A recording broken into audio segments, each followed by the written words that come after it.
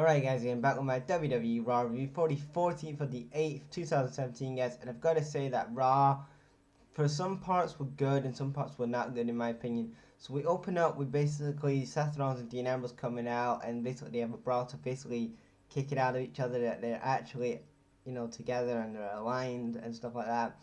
And then after that, Cesaro and Sheamus come out and cut a promo. Then Kurt Angle comes out and says it's going to be Cesaro and Sheamus defending the tag titles against Ambrose and Rollins. I thought that this was a good segment here. The crowd popped huge for when they did the fist bump thing.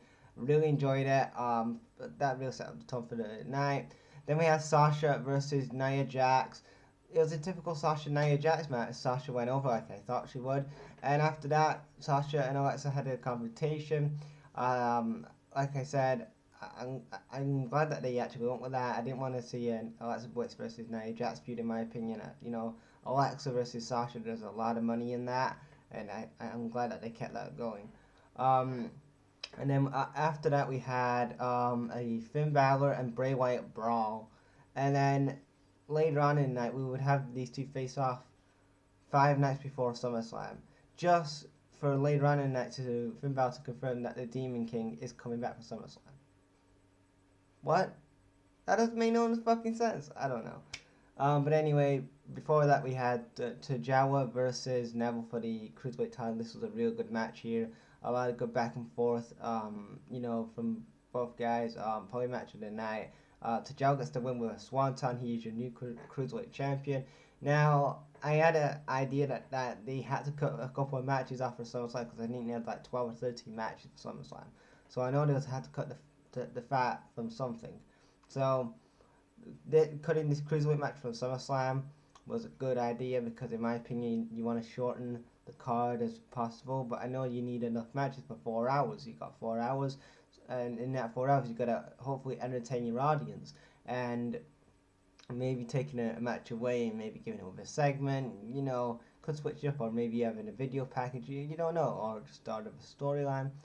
And this cruiserweight match though was really good here. I know we don't talk about the cruiserweights that much, and I probably don't give them any time of day on this channel. But cruiserweights, Tajawa and Neville had a great match here, and I really hope now that at least Neville gets a main event push at some point, because that guy has been the MVP of that division. Like Neville has been like one of in my top five. Like he's in my five, as Booksy would say. Like he has been like the MVP of that cruiserweight division, and I hope at some point that he does get in the main event scene, or he gets to fight the other wrestlers and that instead of like just the cruiserweights. I hope like they do like the thing what they did with TNA is like, where basically I thought that they could have when they had the X Division and Option C thing, they could do something similar in WWE with the cruiserweights.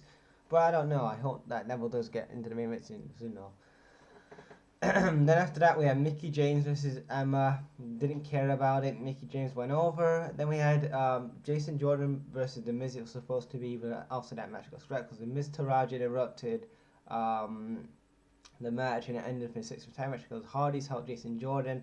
It was a good match here. Jason Jordan and the Hardys had a good match here. I know why they did this, because also to get Jason Jordan over, but still, I'm not really behind Jason Jordan.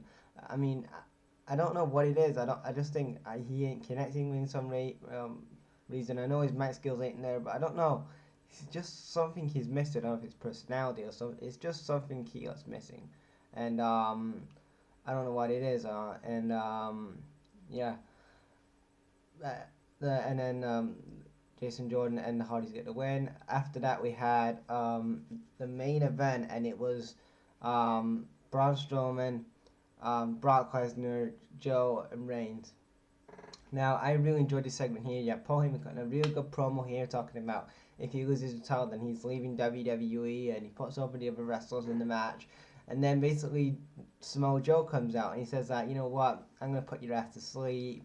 Awesome promo by Joe. He says some more things and whatever. Then Braun Strowman comes out and says he's going to come the last man standing. And Joe and Braun Strowman go out on the mic. Then Roman Reigns comes out, spears Joe, and then after that, Braun Strowman attacks Roman Reigns. And then after that, we had this awesome competition between Braun Strowman and Brock Lesnar. It kind of reminded me of the Taker Lesnar brawl from like 2 years ago.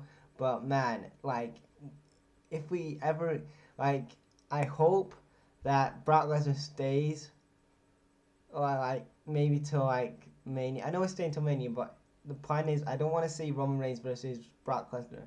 I would love to see for WrestleMania Braun Strowman versus Brock Lesnar. There's money in that. The fans are going absolutely nuts. I mean, like this is the second competition they've had on TV. I know they had one after WrestleMania, and this is like the second one they've had, and the crowd are fucking erupting because they want to see these big guys at it. It's a simple storyline, and you can just tell it. Like you've got this young Monster member Braun Strowman, and you've got the old guy who's like, you know, like the Beast incarnate Brock Lesnar. It's just an easy storyline to tell, and it's just out there for them to play. Maybe at a Royal Rumble, or I think they're gonna do it at WrestleMania. I think save it for WrestleMania or even Royal Rumble, like I said. But yeah, Braun Strowman, Brock Lesnar, that needs to happen next year, guys. But yeah, overall, I thought Raw was an okay show. I wasn't really getting hyped for the show, like I said, for SummerSlam. Like I hope SmackDown Live does better tomorrow. NXT we got on Wednesday, so we'll catch up on that.